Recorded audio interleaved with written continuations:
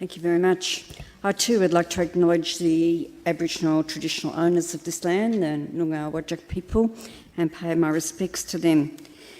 I think the topic that I'm going to talk to you about fits very closely with the one you've just been hearing about, because it's also about safety of young people. In the Equal Opportunity Commission, we've established a project which is around challenging homophobic bullying in schools. And the reason we started this project was a national survey, which you may not have heard of. It's called Writing Themselves In, and it's the third national survey that's been done over the last 10 years, and over 3,000 young people responded to this survey. So it's not a survey just of all young people. It's not a random sample or anything like that. It's not scientifically based. It's a survey that is distributed mainly on the internet, and young people respond, and it's aimed at young people who think they might be gay or might be intersex or trans or are in some way questioning their gender. Now, the major report that came out of that third survey showed us some quite startling things. What it really showed us was that of these 3,000 or more people, there were about 10% came from Western Australia, which fits with our population. And 75% of those youngsters from Western Australia had experienced some kind of homophobic bullying. So I'm not suggesting 75% of all students. I'm saying 75% of these students who considered themselves to be either gay or questioning their gender in some way had experienced some form of abuse. 61% had experienced verbal abuse, and 18 had actually had physical abuse.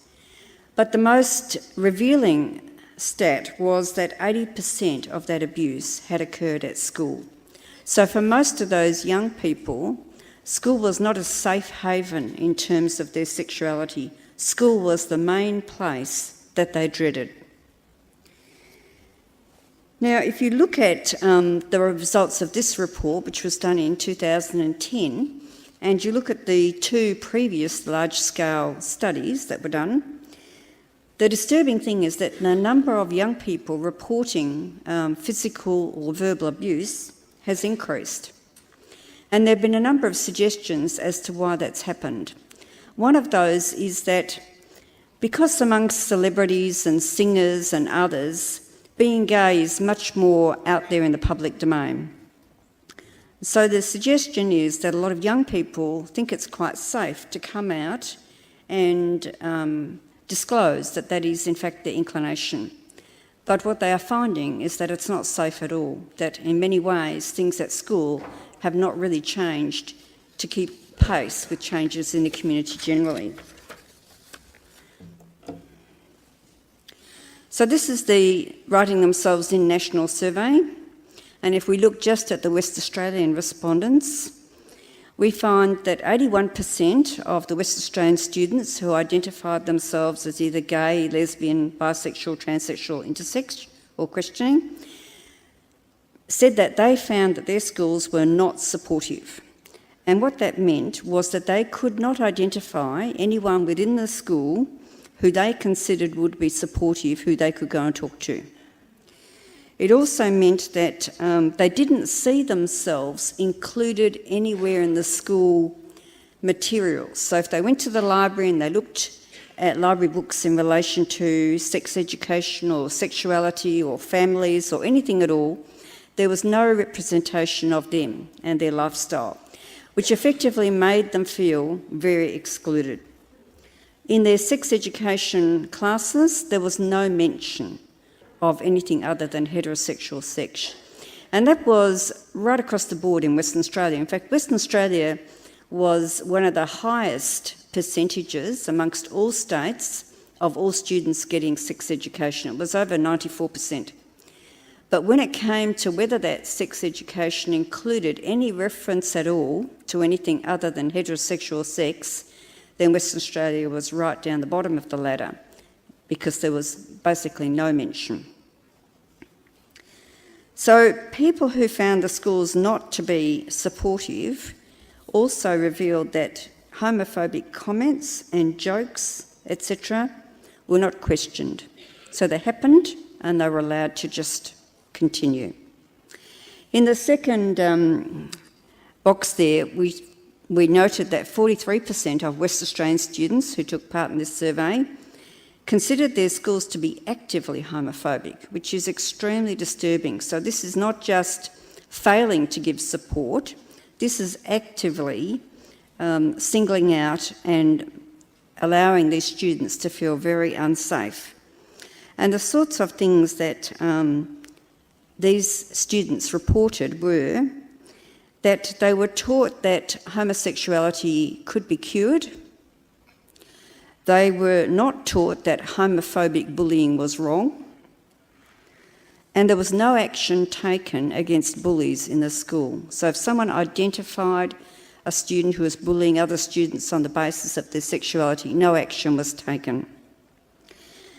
Then the third category was 46% of West Australian students attended a school that had no particular support features.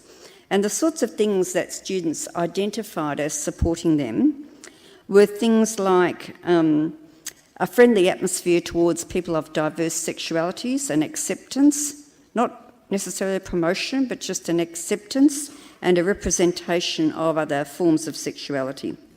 And then things like books available in the library, posters, things that talked about organisations that young people could go to for support.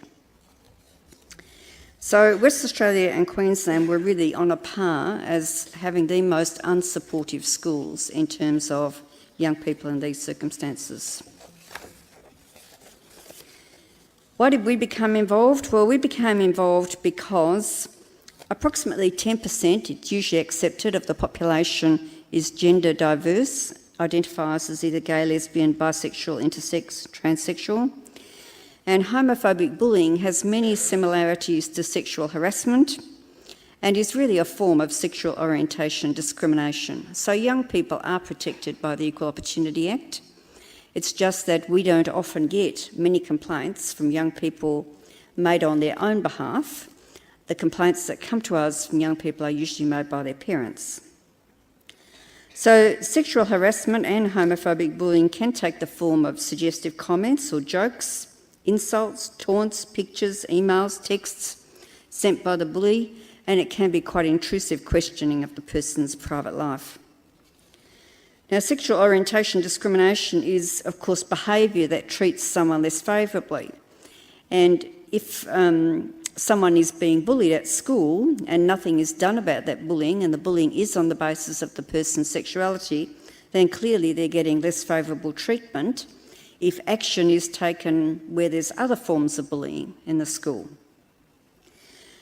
One of the most disturbing things about all the work we do is that all these different forms of discrimination have really strong adverse effects on people's health, measurable effects. And in relation to this form of bullying, there's plenty of studies that show the link between the mental well-being of young people and the non-recognition or the bullying of them on the basis of their sexuality. So there have been many studies that have looked at the consequences of this kind of bullying, the rates of self-harm, the rates of suicide. Now, in June 2010, we started this project, Challenging Sexuality and Gender-Based Bullying, and the aims of our project were to bring the school and the community around gay and lesbian young people together to find specific ways to address the needs of students and to raise awareness about this issue in Western Australia. So what have we done so far? Well, we established a steering committee and a working party, and the steering committee has on it, the Education Department has, I think, 2 representatives. Each of the associations of primary and secondary school principals have representatives, the Teachers Union, the Independent Schools Association, the WA AIDS Council, some of the churches, Relationships Australia, the Health Department, PFLAG, various advocacy groups for people who are gender diverse are represented on these organisations. So These two groups, the steering group and the working party, have spent a great deal of time collecting information from all around Australia about what different states are doing to address this issue. And in particular, we then commissioned Tiffany Jones, who's a researcher at La Trobe University, to write a report about Western Australia compared with the other states. And you have on your tables the summary document of that report. The full report is on our website and you can download it, and I would certainly recommend that you have a look at it. It's a very detailed report and it goes through some of these issues I've been talking about today. The next thing that we're aiming to do, having commissioned the research and hoping to publicise it widely, is to develop resource materials for schools so they can develop their own standalone policy on homophobic bullying. Because one of the things that Tiffany Jones' research shows us is that a generic policy anti-bullying is not enough. This is an example of what we've put out, and I think these are also on your tables. We've produced some fact sheets that are just intended as talking points to raise these issues in schools. So there's one for teachers, there's one for parents, and one for young people. We actually went and talked to some young people from the Freedom Centre to get feedback on the contents of these fact sheets before we put them out into schools and made them available, because we wanted to make sure that those young people would see them as useful resources. So what have we been doing now? Well, our number one concern is to help schools to develop policies to address homophobic bullying. And I guess the most significant thing about it is that homophobic bullying is different to other forms of bullying, because in some other forms of bullying, for example, bullying based on someone's race or bullying based on someone's sex, the community generally is very strong in its opposition. So bullying based on someone having a disability, for example, those sorts of bullying, whilst they go on, there's no question that the community would support the victim. Unfortunately, homophobic bullying is still prevalent in our everyday language. So people still make jokes. The phrase, "that's so gay," is constantly heard. And most people have no idea of what effect that has on young people who believe they could be or are gay, to hear that kind of phrase constantly used to say that something's bad or something's lame in the language of young people. It may well be harder for school staff to tackle and challenge homophobic bullying, because it actually does challenge a lot of people to know what to do about it. And it's much more difficult for young people to access help. And the national survey certainly showed that most young people did not or could not name a person within the school who they thought they could go to about these issues. So the potential alienation is almost absolute of the young person. A lot of young people feel they can go home if they're being bullied and they'll get automatic support from their parents. Unfortunately, for a lot of young people facing this kind of bullying, that is not necessarily the case.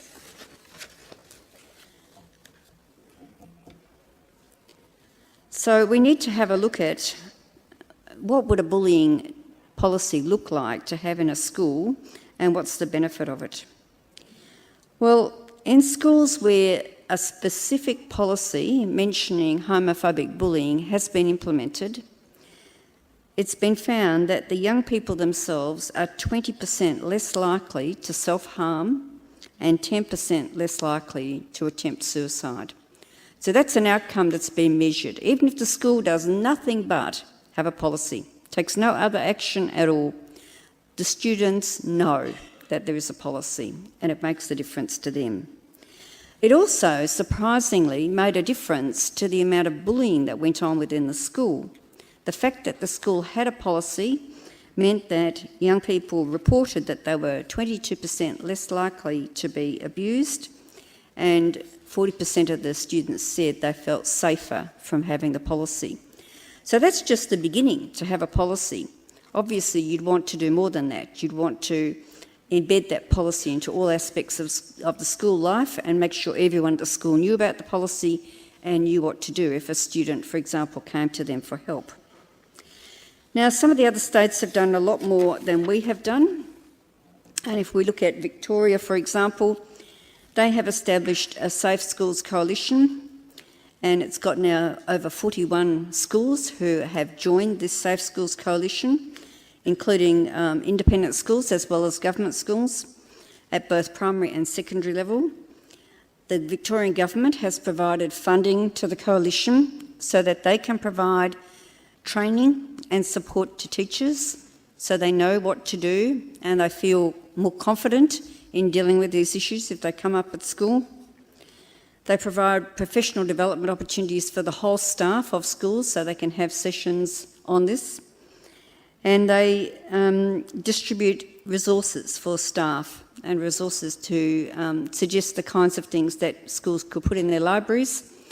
And that's a very useful thing because there's no lack of material out there, but it's a matter of identifying which is the material that works and is good compared with some of the other material. So we would say that from what we've seen, that this coalition in Victoria is actually doing a lot of extremely good work. And it might well be the first kind of step we'd want to look at having here. There's already a very small coalition around the Bunbury region, which has been established by Uniting Care West. A number of schools in the Bunbury region have joined that coalition and have been given in-service training and other support in terms of supporting students within their schools. What we've done so far is we've had a number of forums at which we've launched things such as Dr. Jones' research findings. We launched that last week at an event at Penrose attended by about 75 people.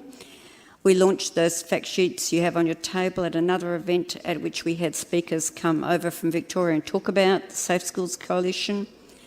We've had a whole series of events, and the aim is really just to get people talking about the issue, to create something of a groundswell that people will realise this is a serious issue, and often schools don't actually consider the need to do anything until there is a really bad incident that occurs in the school. And we would hope that schools will do something long before that. So the feedback, we've given you a couple of examples of some of the feedback we've received, which is good. And then finally, these are our contact details at the Commission.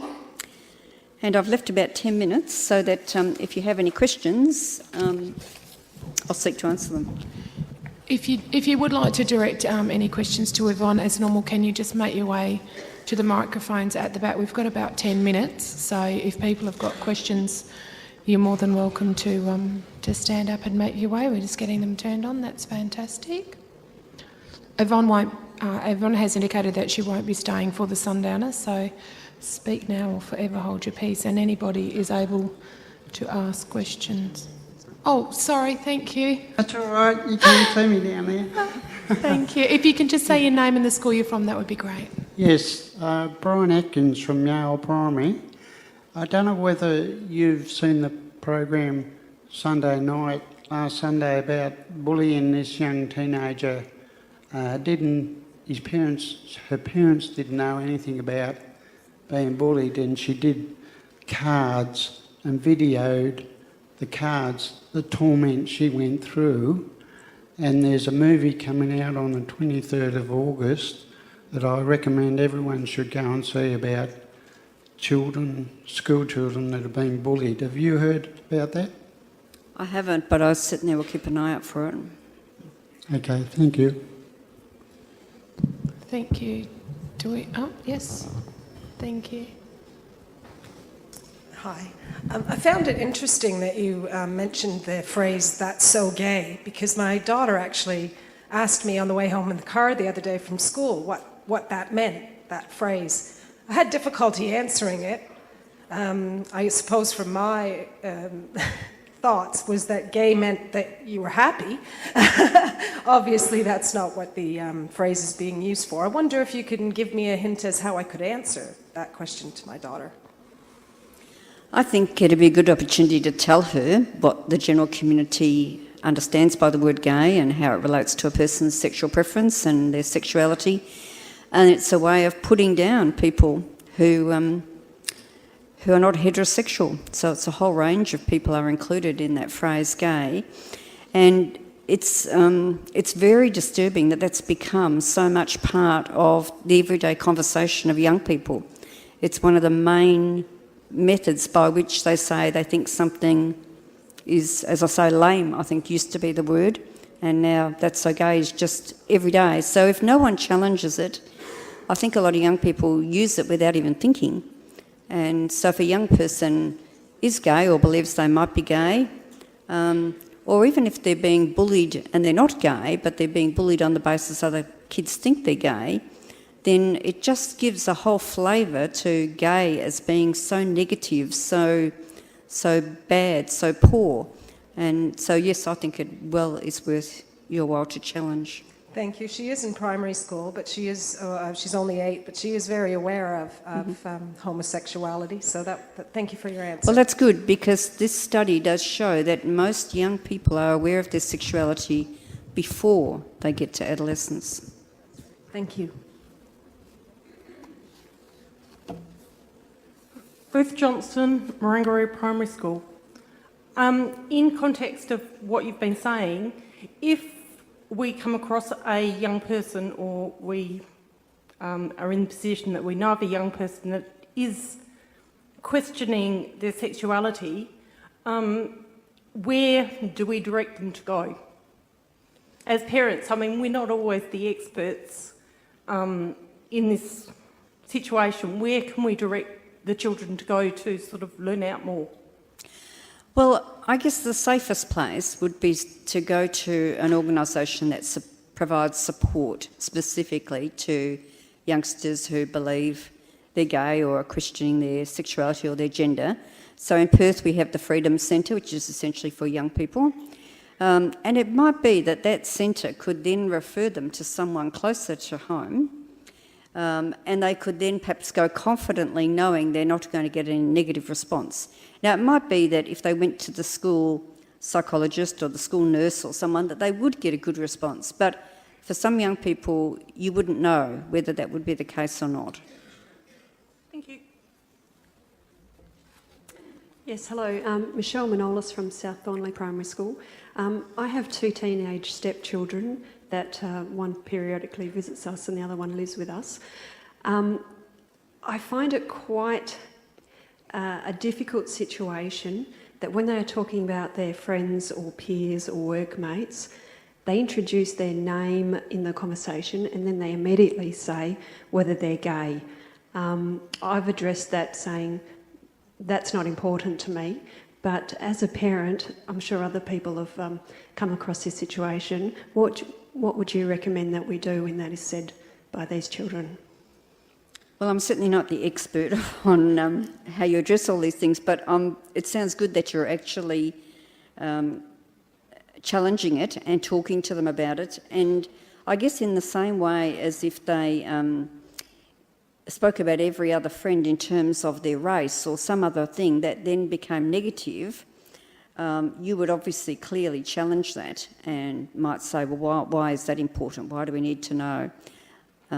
And in this case, I think it's even more relevant. Why would you need to know whether someone was gay or not if there wasn't some negative overtone that was associated with the possibility of a youngster being gay? So I guess it's a matter of sitting down and having the confidence to have that conversation about diverse sexualities and how valid they each are. And there are materials around to help you, and there are places such as the Freedom Centre and other centres in Perth that have got materials. Interestingly, and I know this isn't directly on your question, a lot of the young people whose comments are reported in that national report I talked about, the number one place they got support was on the internet. So it was when they found coalitions of other youngsters who were going through what they were going through, that was, for many of them, the first time they felt affirmed. And what they picked up from those forums was often how to come out, if you like, and how to approach their parents, how to maybe tackle someone who was bullying them. And so a lot of the young people indicated they found those forums really valuable. Thank you very much. It just seems that to a lot of teenagers that if they know someone who is gay, it's a novelty, and I think we need to bash that out of our society. Thank you.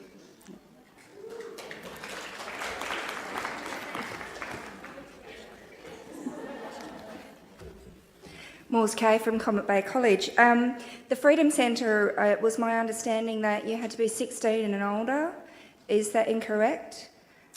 It may well be that for youngsters to actually go there and sit in the rooms and talk, they'd need to be 16, but I don't think they would refuse to provide advice to anyone who rang them or contacted them.